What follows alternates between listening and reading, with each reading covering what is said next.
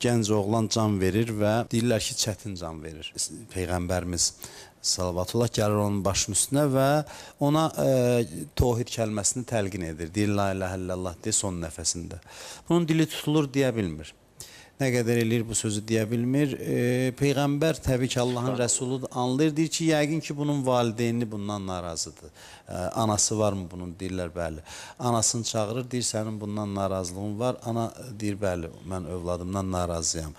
O mənə əl qaldırıb. O mənə əl qaldırıb, ona görə də mən onu bağışlamamışam, ürəyimdə incimişəm, ürəyim sınıb ondan. Peyğəmbər xahiş edir anadan, deyir ki, oğlu bağışda ki, o dinsiz, imansız dünyadan köçməkdədir. Ən həssas məqamdır insanın can vermə məqamı. Belə məqamda sən onu halal etməsən, o imansız öləcək və bu təhlükəli bir. Ana deyir, xeyr, bağışlamıram. Peyğəmbər deyir, od gətirin, od yandırırlar, gətirirlər.